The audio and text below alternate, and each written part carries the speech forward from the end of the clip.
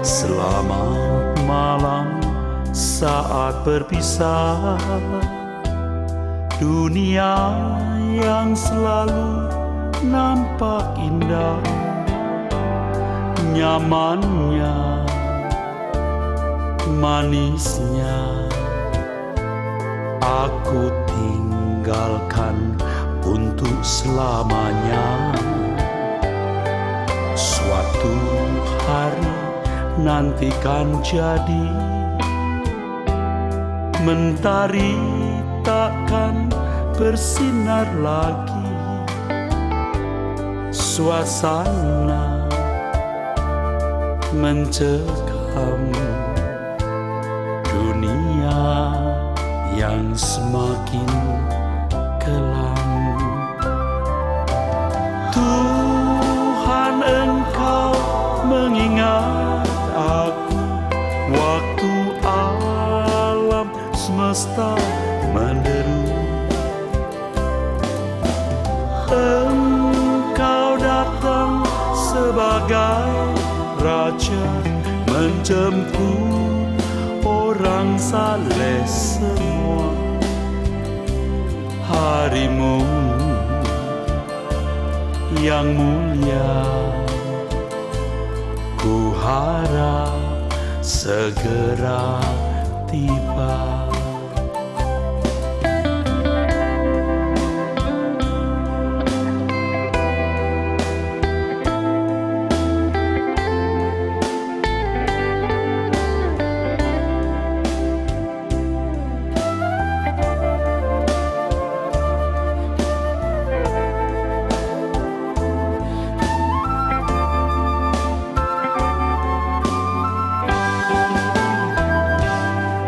Suatu hari nanti kan jadi, mentari takkan bersinar lagi, suasana mencekam, dunia yang semakin kelam. Tuhan, Engkau mengingat aku waktu alam semesta menderu.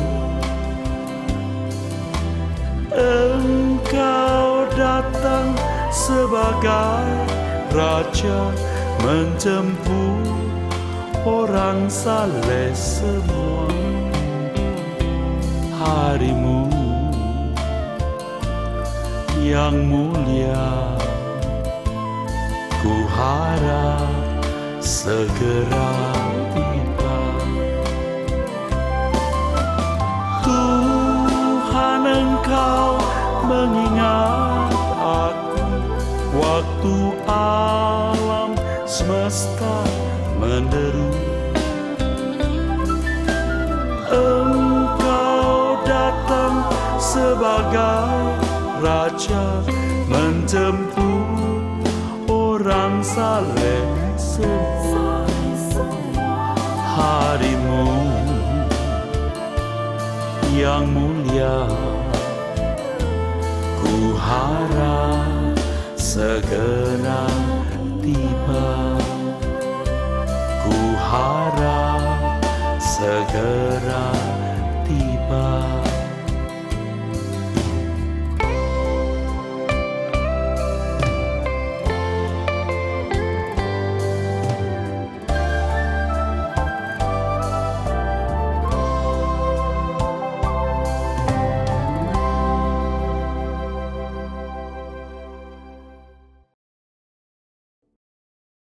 Shalom saudara sekalian, salam sejahtera dalam kasih Tuhan kita Yesus Kristus.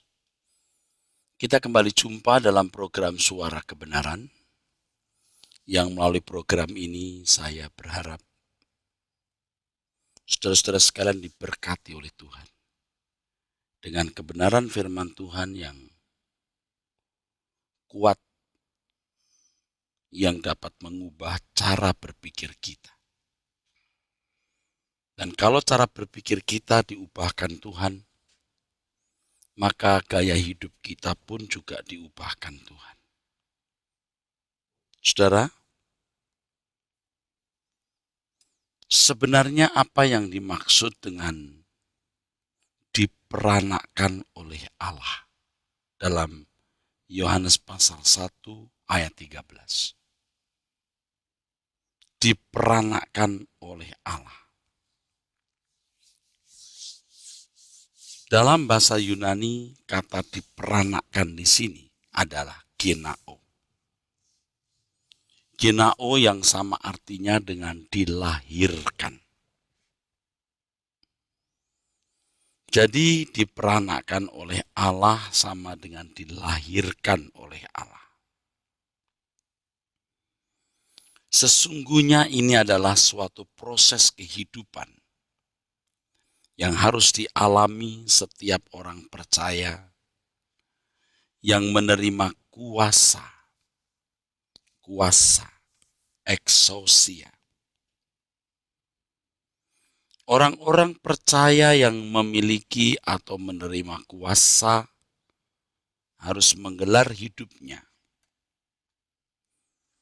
dalam kuasa yang diberikan oleh Allah supaya mengalami dilahirkan oleh Allah. Kuasa itu tidak boleh dipahami sebagai sesuatu yang mistik. Seakan-akan secara sepihak Allah melahirkan seseorang di luar peran manusia itu sama sekali.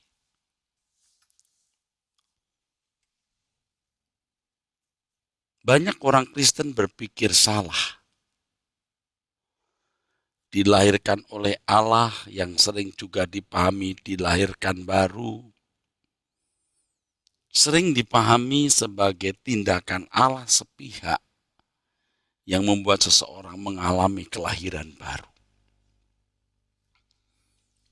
Dari hal itu maka sering kita mendengar orang berkata bahwa mujizat yang terbesar adalah kelahiran baru.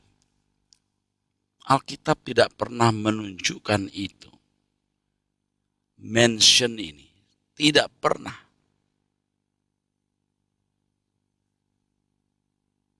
Orang-orang percaya kepada Tuhan Yesus adalah orang-orang yang diberi kuasa, punya potensi, punya kuasa atau potensi untuk diperanakkan oleh Allah. Potensi itu adalah Roh Kudus yang dimeteraikan, Injil, dan bahkan Tuhan menggarap melalui setiap peristiwa kehidupan. Dalam segala hal Allah bekerja mendatangkan kebaikan bagi orang yang mengasihi Dia. Saudaraku sekalian, mereka yang berpotensi dilahirkan oleh Allah itu adalah orang-orang yang menerima Yesus sebagai pencipta, sebagai pemilik kehidupan ini. Jadi sebenarnya dalam hidup ini, ada dua pilihan besar yang harus diambil. Diambil salah satu. Apakah dilahirkan oleh dunia atau dilahirkan oleh Allah. Pada umumnya atau hampir semua manusia dilahirkan oleh dunia. Sangat sedikit orang yang sungguh-sungguh dilahirkan oleh Allah. Banyak orang yang sudah terlalu lama, terlalu banyak menyerap cara berpikir, filosofi dari hidup manusia di sekitarnya. Pikirannya sudah dipenuhi dengan cara berpikir manusia pada umumnya. Baik yang diwariskan orang tua maupun yang diserap dari lingkungannya. Dan mereka adalah orang-orang yang punya potensi tidak pernah mengalami kelahiran baru atau dilahirkan oleh Allah, tapi berpotensi dilahirkan oleh dunia. Sebab kalau dalam waktu lama, dengan porsi yang banyak atau besar seseorang menyerap cara berpikir dunia ini, maka ia tidak mampu lagi menyerap cara berpikir Allah. Dalam hal ini ada titik tidak balik yang dapat dialami setiap individu. Titik tidak balik kepada Tuhan karena terlalu lama masuk ke dalam cara berpikir anak dunia. Atau sudah tidak punya titik balik kembali ke dunia karena sudah mengalami dilahirkan oleh Allah. Dilahirkan oleh dunia sampai pada keadaan menjadi sekutu dunia selamanya. Dan tentu orang-orang seperti ini tidak pernah diselamatkan. Artinya tidak pernah kembali ke rancangan semula Allah. Nah, dua opsi ini diperhadapkan kepada setiap individu, setiap kita. Kita mau memilih mana? Apakah dilahirkan oleh Allah atau dilahirkan oleh dunia? Dalam hal ini, saudaraku, sebenarnya setiap kita itu berpacu dengan waktu. Apakah dilahirkan oleh dunia atau dilahirkan oleh Allah? Seperti yang tadi saya kemukakan, kalau dalam waktu yang sudah terlalu lama, orang menyerap filosofi cara berpikir anak dunia, maka ia tidak akan pernah mampu menyerap cara berpikir Allah. Nah, tentu orang-orang seperti ini tidak memiliki titik balik kepada Tuhan. Ya, sampai pada titik tidak balik. Mengerikan, saudaraku sekalian. Sangat mengerikan. Ia tidak pernah dilahirkan oleh Allah. Tidak pernah menjadi anak Allah yang sah. Dunia melahirkannya. Tetapi kalau dalam waktu yang lama terus-menerus seseorang menyerap kebenaran Tuhan sampai ia tidak mau menyerap cara berpikir dunia. Di sini waktu berperan, saudaraku. Apakah kita mengisi hari hidup kita dengan mencari Tuhan, mencari kebenarannya? Apakah kita hanya hanyut mengurus rumah tangga, keluarga, bisnis, dan banyak kesenangan-kesenangan lain? Dalam Yohanes pasal 3, kita menemukan fragmen mengenai perjumpaan Nikodemus, seorang tokoh agama Yahudi dengan Tuhan Yesus. Ketika Tuhan Yesus berkata, kamu harus dilahirkan baru, Nikodemus masih memiliki kesempatan untuk dilahirkan oleh Allah. Ia bukan seperti pemimpin agama Yahudi lain yang sudah menolak Tuhan Yesus sampai menghujat Roh Kudus. Menghujat Roh Kudus artinya tidak lagi mau menerima penggarapan Roh Kudus, atau tidak bisa lagi digarap oleh Roh Kudus. Tetapi Nikodemus masih mengakui bahwa Tuhan Yesus datang dari Allah. Dan Tuhan berkata kepadanya, kamu harus dilahirkan baru.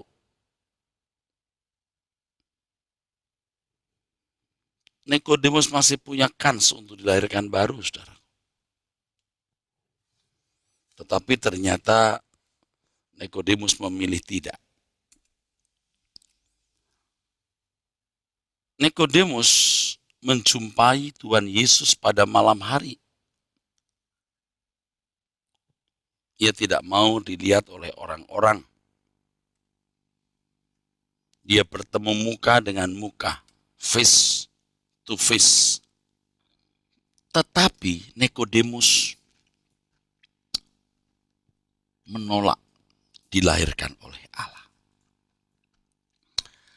Ia punya kesempatan, tetapi ia tidak menggunakan kesempatan yang berharga itu.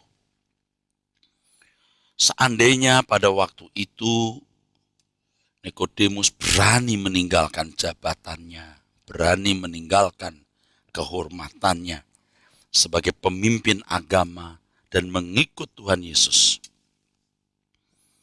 maka ia dapat mengalami kelahiran baru.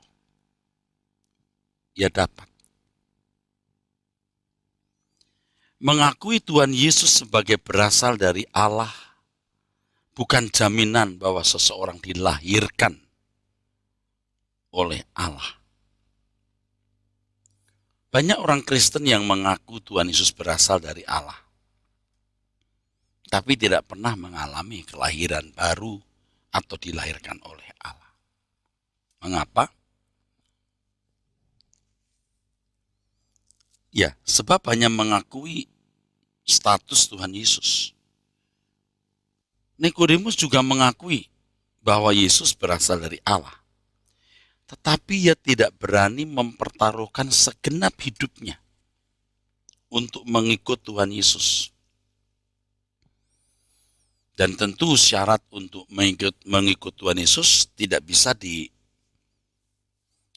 dikurangi, bahwa orang yang mau mengikut Tuhan Yesus harus melepaskan segala sesuatu. Ya.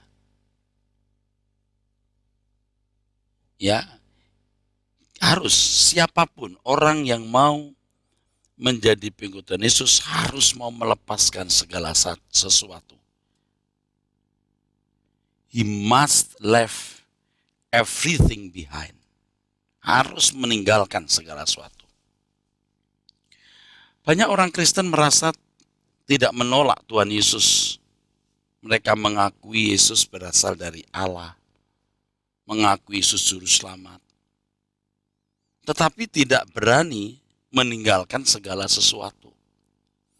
Artinya meninggalkan segala sesuatu berani menjadikan hal mengikut Tuhan Yesus sebagai satu-satunya tujuan hidup. Mengikut Tuhan Yesus artinya mengikuti jejak hidupnya. Mengerti pemikiran Tuhan. Memiliki pengertian terhadap perasaan Tuhan. Dan memang setiap orang percaya harus memiliki pikiran perasaan Kristus. Dan proses keselamatan bisa berlangsung di mana ia dikembalikan ke rancangan semula Allah. Banyak orang Kristen yang mengaku sudah dilahirkan baru karena sudah tidak berbuat jahat seperti orang yang tidak bermoral, ke gereja, bahkan mengambil bagian dalam kegiatan gereja. Itu bukanlah jaminan dia sudah lahir baru, saudara. Dengan demikian, tidak bisa dibantah fakta adanya orang-orang Kristen yang rajin ke gereja tapi tidak mengalami dilahirkan oleh Allah. Bahkan aktivis, bukan tidak mungkin juga seorang pendeta atau rohaniwan merasa bahwa dia sudah dilahirkan oleh Allah. Padahal belum, tidak. Sebab untuk dilahirkan oleh Allah itu kan orang harus melepaskan segala sesuatu. Nikodemus tidak berani melepaskan jabatan dan kehormatannya. Jadi hanya orang yang berani fokus bahwa tujuan hidup satu-satunya adalah bagaimana diubah atau memberi diri diubah Tuhan untuk serupa dengan Tuhan Yesus. baru orang mengalami kelahiran baru, saudara. Baru, bisa. Jadi kita bisa mengerti mengapa Tuhan mengatakan, jika kamu tidak melepaskan dirimu dari segala milikmu, kamu tak dapat jadi muridku. Kekristenan ini bukan agama, saudaraku, jalan hidup. Dan jalan hidup yang harus tempuh ini jalan hidup yang tersulit, saudara. Sulit sekali. Jalan hidup yang tersulit. Sebab kalau seseorang mau mengikut Tuhan Yesus, ya dia harus kehilangan segala sesuatu. Jadi menikah atau tidak menikah menjadi tidak masalah. Apakah dia lahir dari keluarga miskin atau kaya, tidak masalah. Tidak menjadi ukuran. Dan ketika seseorang studi, ya, kuliah, karir, bisnis, semua yang dilakukan itu harus untuk Tuhan yang telah menebus dirinya. Dan kalau Tuhan menebus diri kita di atas kayu salib, Tuhan juga mau menebus kita dari cara hidup kita yang sia-sia yang kita warisi dari nenek moyang. Nah, ini proses pertobatan. Proses pertobatan terus menerus, ya, sampai mengalami kelahiran baru. Dan harus ingat bahwa pertobatan dalam Kristen itu bukan sekedar berhenti berbuat sesuatu yang melanggar moral, bukan hanya berhenti dari perbuatan yang melanggar etika lalu jadi orang baik, tetapi perubahan pola berpikir. Meninggalkan perbuatan yang melanggar hukum itu tentu pasti, saudara, pasti. Tetapi sebenarnya yang penting di sini adalah bagaimana cara berpikir kita diubah, metanoia, ya, perubahan pikiran.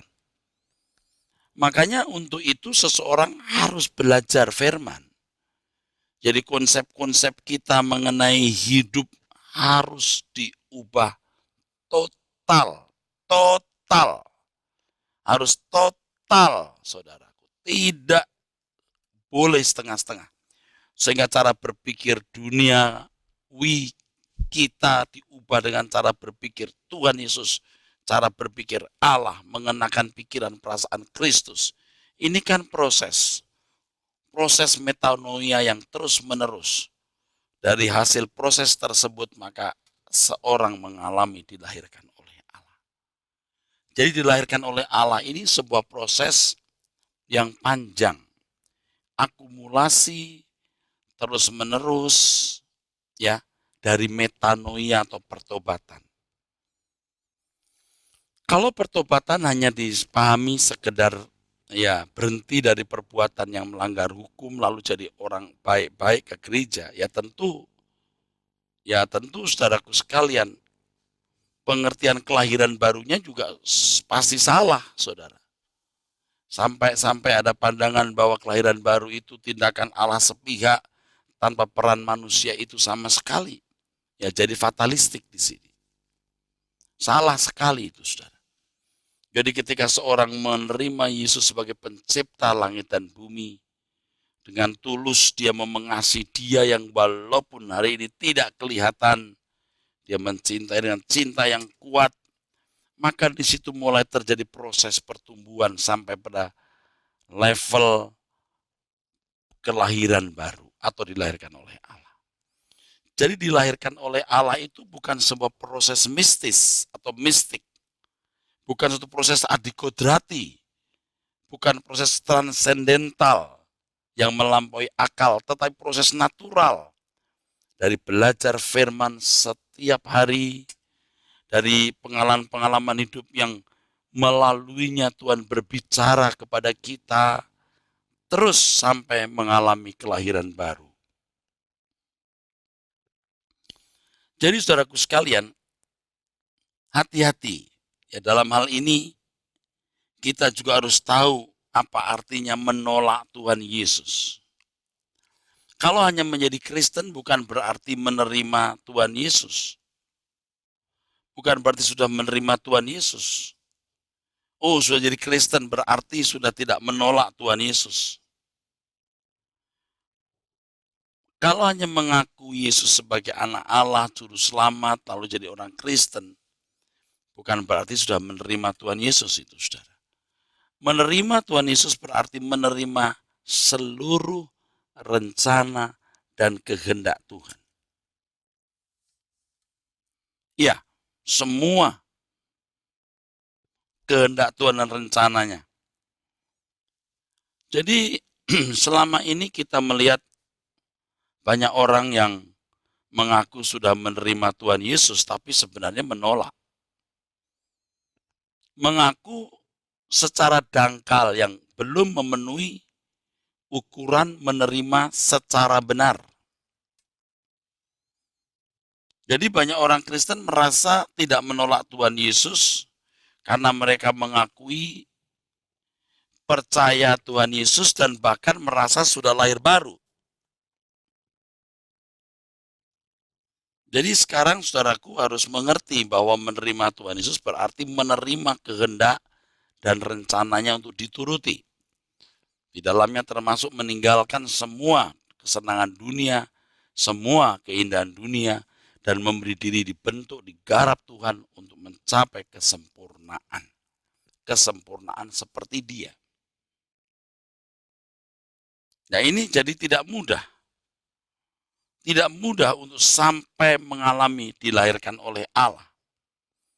Ya, banyak orang Kristen yang masih terikat dengan percintaan dunia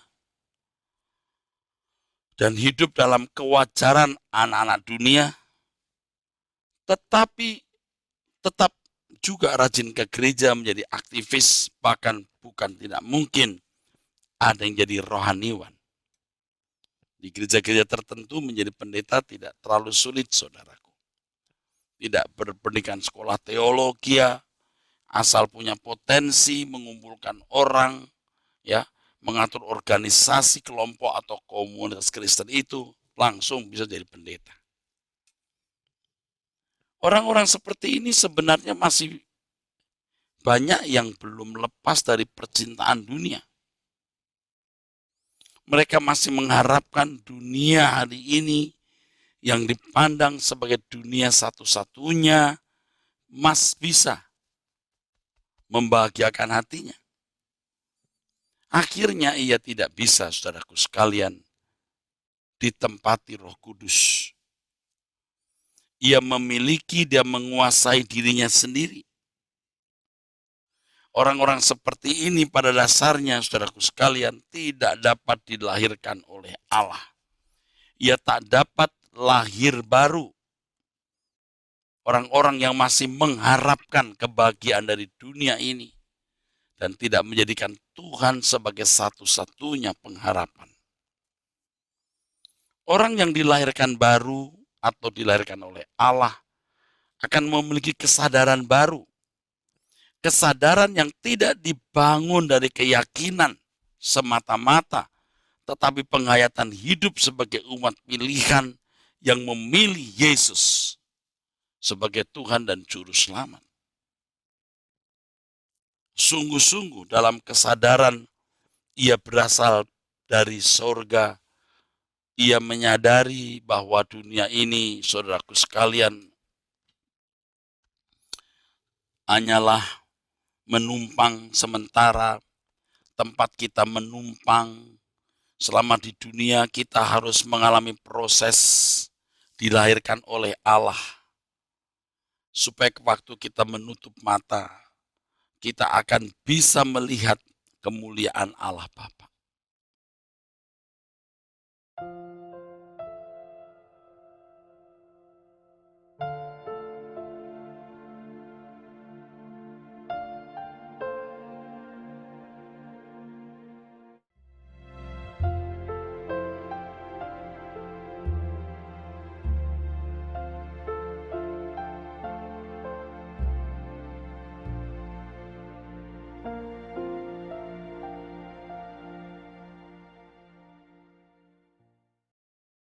Saudara, orang yang masih berharap dunia dapat membahagiakan hidupnya, ia tidak akan pernah mengalami kelahiran baru.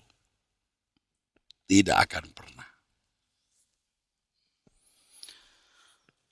Inilah orang-orang Kristen yang masih terikat dengan percintaan dunia, yang masih mau hidup wajar seperti anak-anak dunia lain.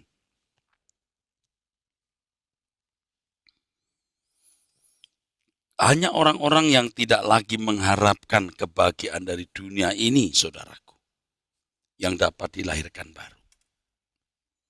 Jadi harus bersih, totally bersih dari mengharapkan kebahagiaan dari dunia ini. Ya, kalau masih berpikir bahwa hidupnya lebih lengkap, lebih utuh jika ia memiliki ini itu, ya, apakah mobil, rumah, penghormatan, jodoh, anak, menantu atau apapun, jangan harap dia dilahirkan baru. Tuhan berkata, kalau kamu tidak melepaskan dirimu dari segala milikmu, kamu tak dapat jadi muridku. Artinya tidak bisa dibentuk, tidak bisa diubah. Bagaimana orang yang tidak bisa dibentuk, tidak bisa diubah, bisa menjadi orang saleh Tuhan yang diperkenan masuk dunia yang akan datang, khususnya di rumah Bapa? Bagaimana bisa? Jadi kita harus mulai merubah konsep-konsep yang salah yang kita warisi dari ajaran-ajaran sebelumnya, saudara. Banyak orang terikat dengan premis, ya, asumsi dasar yang salah, sehingga ia tidak mengenal kebenaran yang murni, the original truth. Orang yang dilahirkan oleh Allah itu, saudara, wah, berkeadaan yang sangat berbeda dengan lingkungannya. Sangat berbeda. Orang yang dilahirkan oleh Allah memiliki kesadaran baru dari penghayatan hidup berjalan dengan Tuhan. Bukan sekedar keyakinan-keyakinan di dalam pikirannya. Banyak teolog, banyak orang yang lulus dari sekolah teologi yang merasa sudah punya banyak konsep tentang Tuhan. Dan dia bersedia mau khotbah kapan saja, mau debat di mana saja, kapan saja dia bersedia. Dia memiliki pengetahuan tentang Tuhan, tapi tidak memiliki pertemuan atau pengenalan dengan Tuhan. Orang yang dilahirkan oleh Allah itu memiliki api yang menyala dalam dirinya. Bagaimana hidup sesempurna mungkin. Ia tidak akan betah hidup di dunia ini, saudaraku. Tidak akan betah. Dia akan merindukan kerajaan sorga. Ia akan merasa sebagai orang asing di bumi ini. Nah, ini sulit dimengerti. Sebab hal ini tidak bisa hanya dipahami dengan pikiran oleh karena orang bercerita. Orang yang dilahirkan oleh Allah haruslah orang yang, maksud saya, pasti orang yang sungguh-sungguh mulai menghayati bahwa ia bukan berasal dari dunia ini. Iya. Setiap kali dia melihat langit, dia akan tahu. Dia menghayati bahwa di balik awan, ya, awan putih, di balik birunya langit, di seberang sana, dia memiliki rumah. Dulu kita sulit sekali, saudara, menghayati bahwa kita bukan berasal dari dunia ini. Ya, sulit menghayati bahwa kita bukan berasal dari dunia ini. Sulit menghayati. Tapi lambat laun, seiring dengan perjalanan waktu, ketika kita bertumbuh terus, kita rela meninggalkan percintaan dunia. Kita tidak memperhitungkan dunia bisa membahagiakan kita.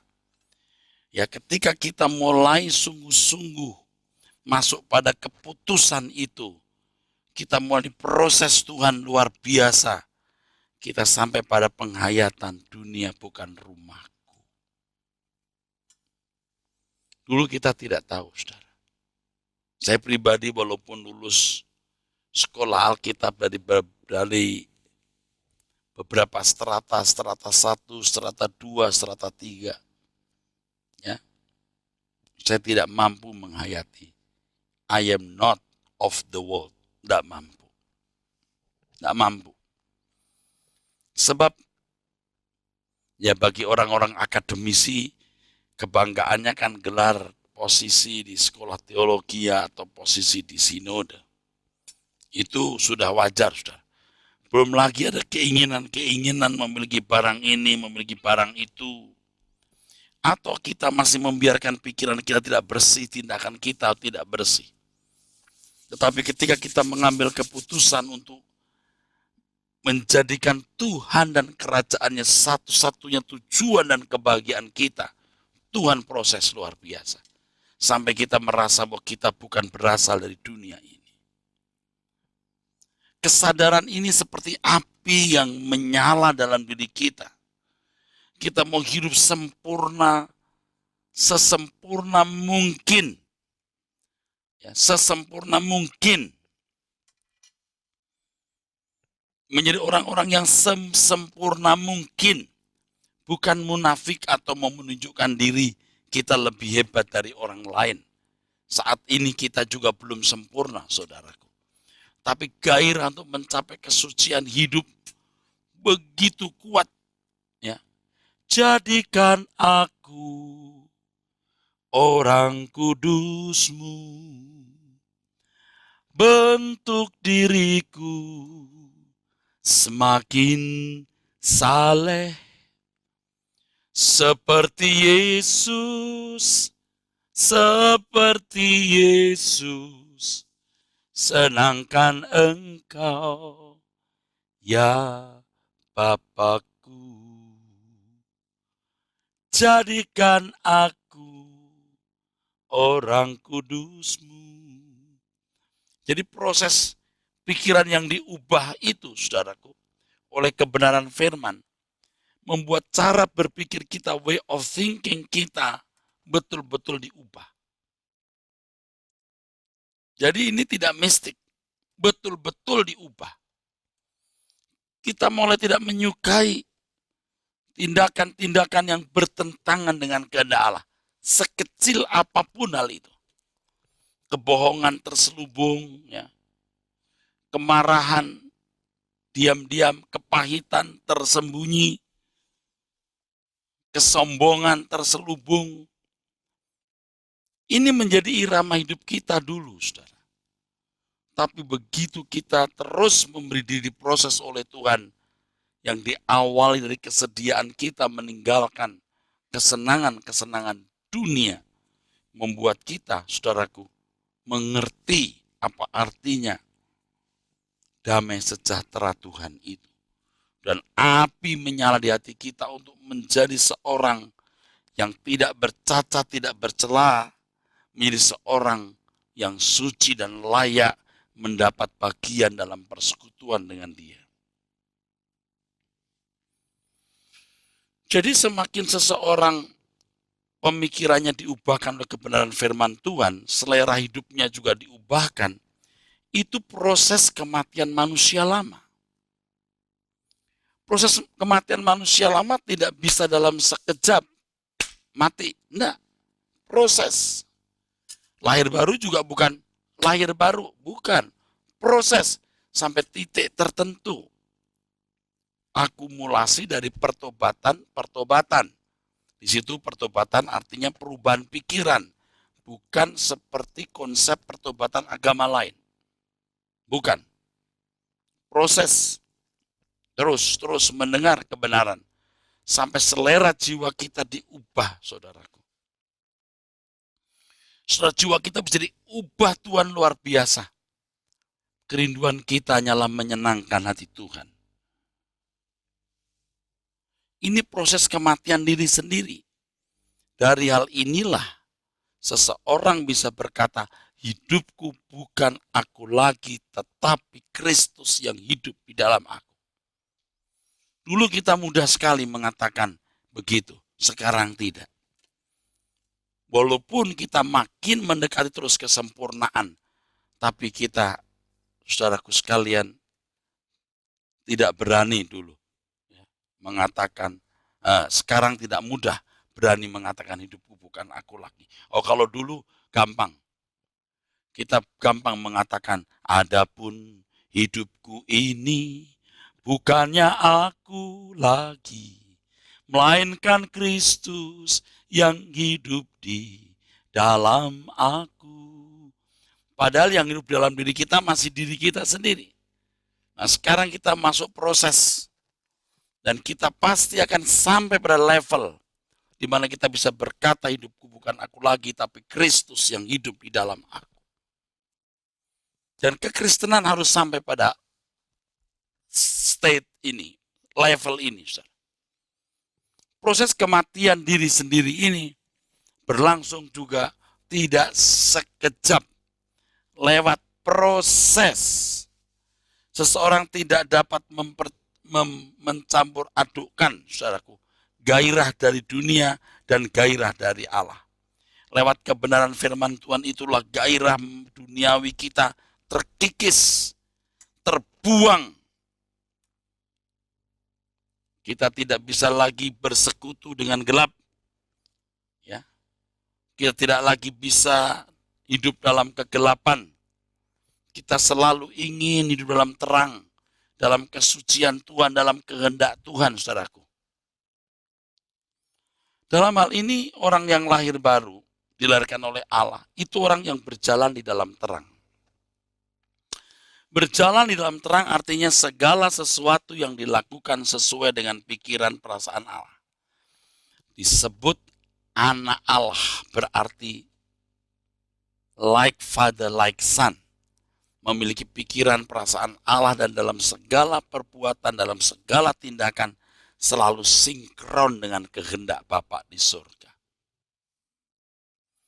Kalau menurut perjanjian lama, saudaraku, yang namanya berjalan di dalam terang itu artinya orang yang mengerti hukum, peraturan yang Tuhan berikan atau Taurat dan hidup di dalam kesucian Taurat, yaitu melakukan hukum-hukum Taurat, saudaraku.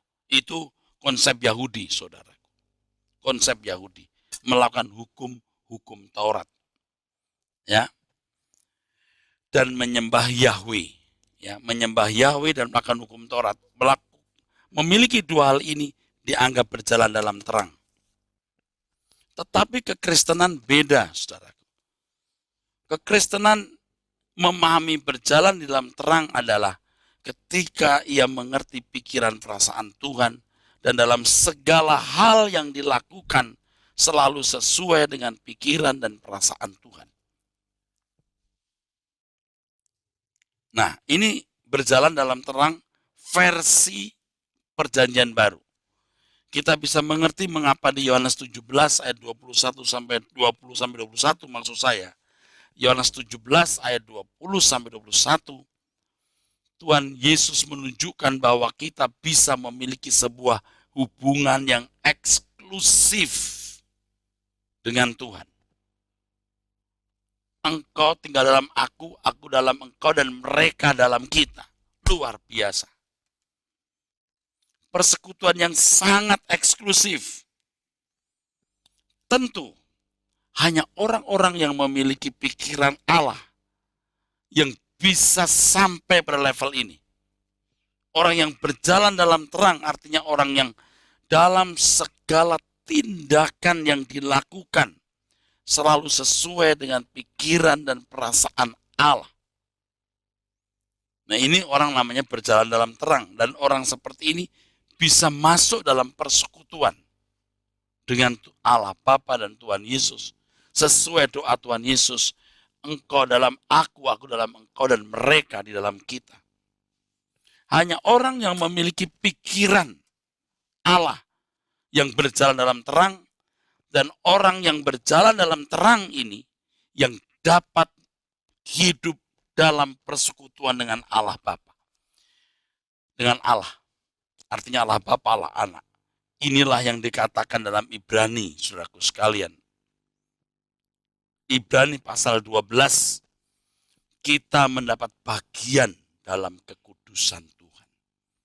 mendapat bagian dalam kekudusan Tuhan.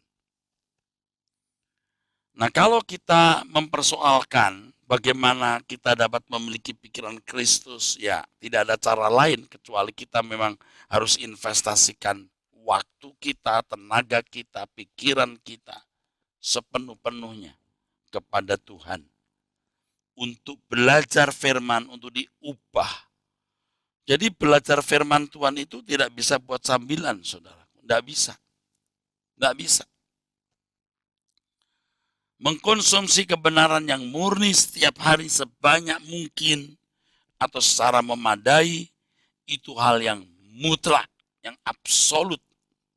Sehingga kita dapat menghalau semua pikiran dan filosofi yang tidak sesuai dengan Alkitab. Jadi seorang harus menyerap sebanyak-banyaknya kebenaran firman Tuhan sehingga pikiran yang bukan dari Allah dapat tersingkirkan.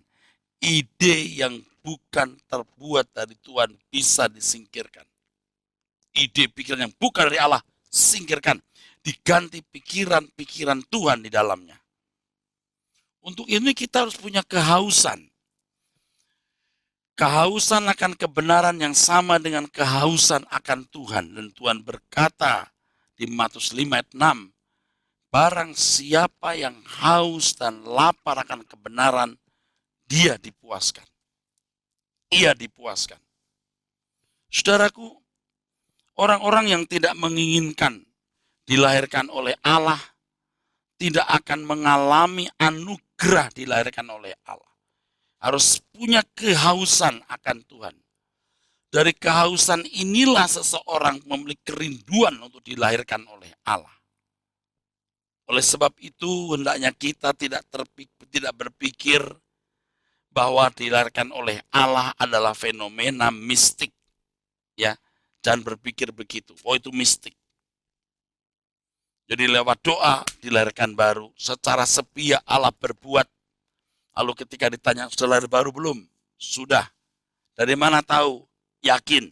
Nah, yakin. Keyakinan itu, saudaraku, masih dalam wilayah imajinasi.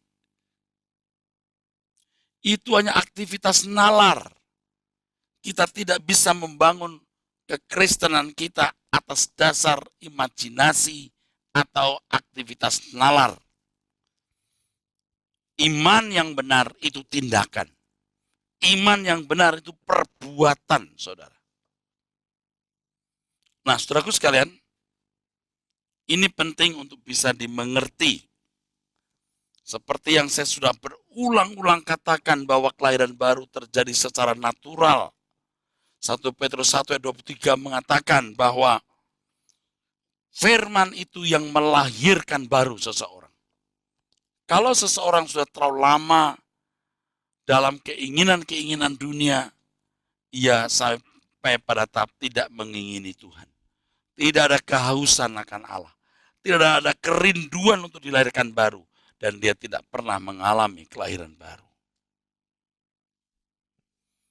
Jadi kita mengerti mengapa Tuhan Yesus berkata, kalau kamu tidak bertobat dan menjadi seperti anak kecil, kamu tidak bisa masuk surga.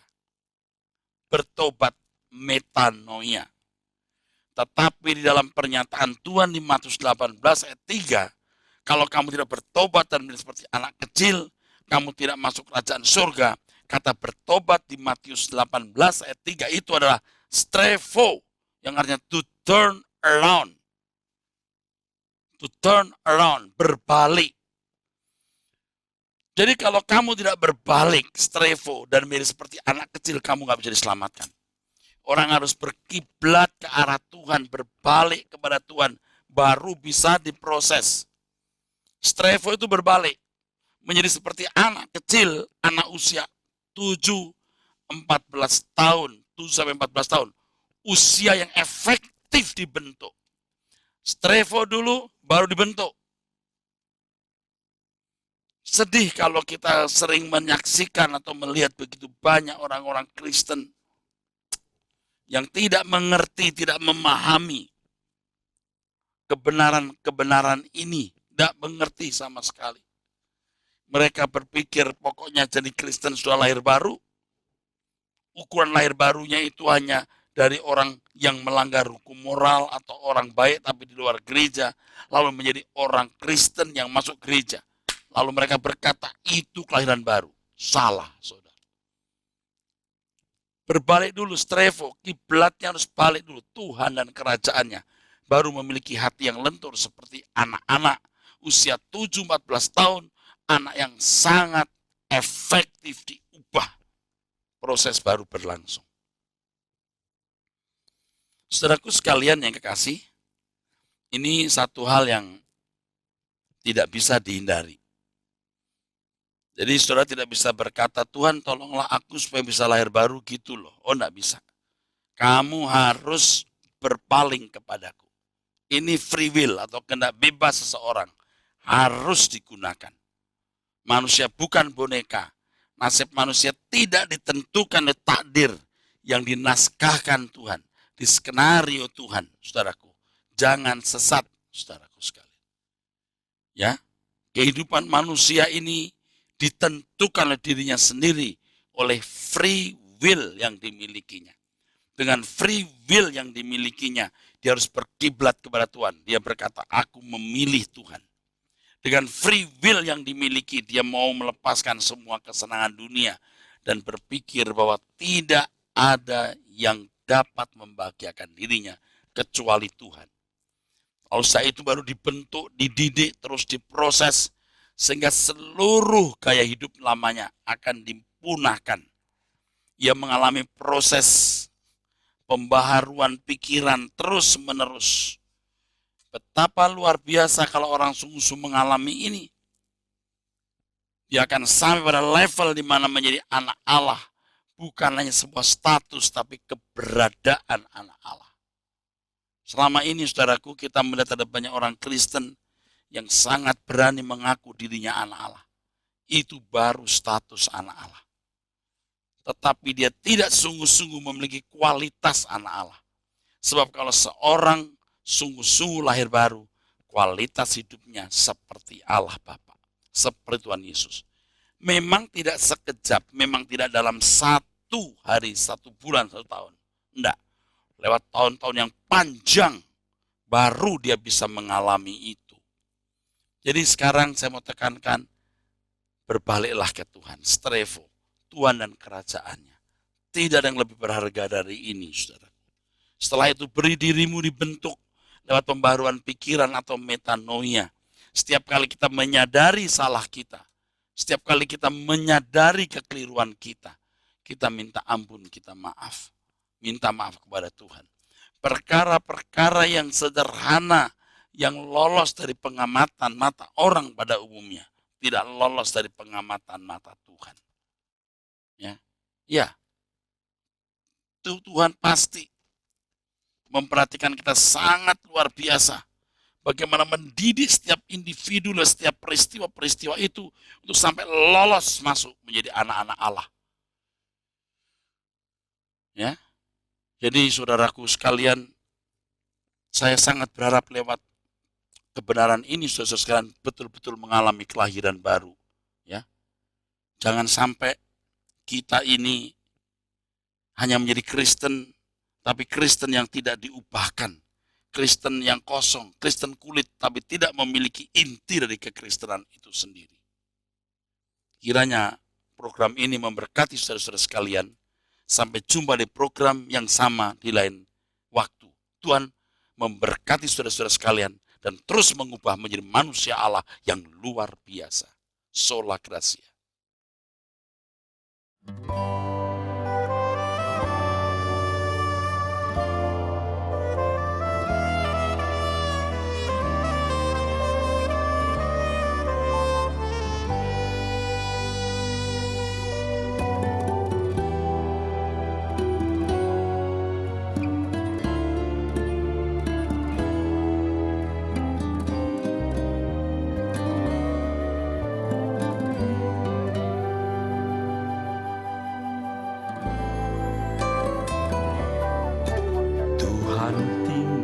Sertaku, hari telah senja, waktuku pulang kembali. menghadap Bapa. Tuhan tetap sertaku di sisa perjalananku, setia sampai akhir hidupku.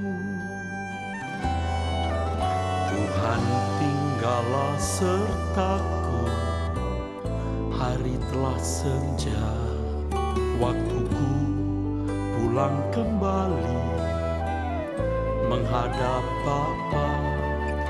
Tuhan tetap sertaku di sisa perjalananku, setia sampai akhir hidupku.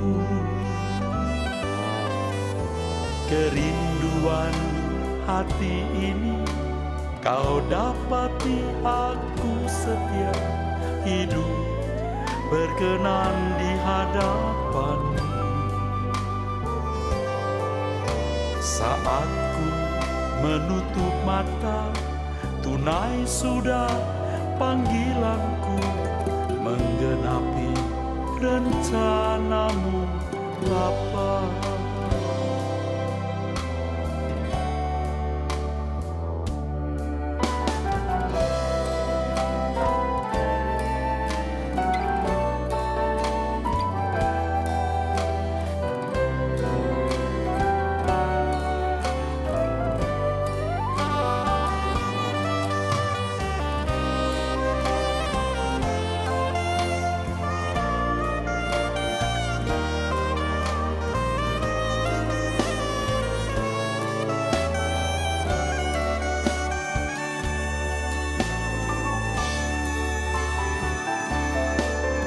Tuhan tinggallah sertaku, hari telah senja, waktuku pulang kembali menghadap Bapa.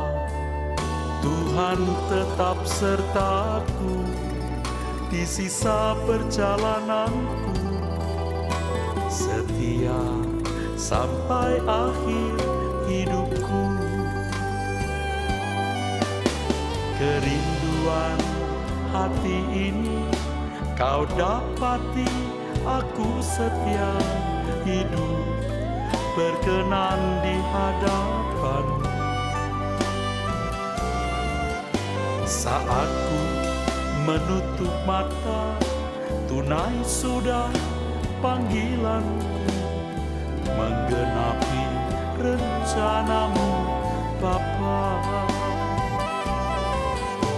Kerinduan hati ini Kau dapati, aku setia hidup berkenan di hadapan-Mu. Saat ku menutup mata, tunai sudah panggilanku, menggenapi rencana-Mu Bapa. Saat ku menutup mata, tunai sudah panggilanku, menggenapi rencana-Mu Bapa. Menggenapi rencana-Mu Bapa.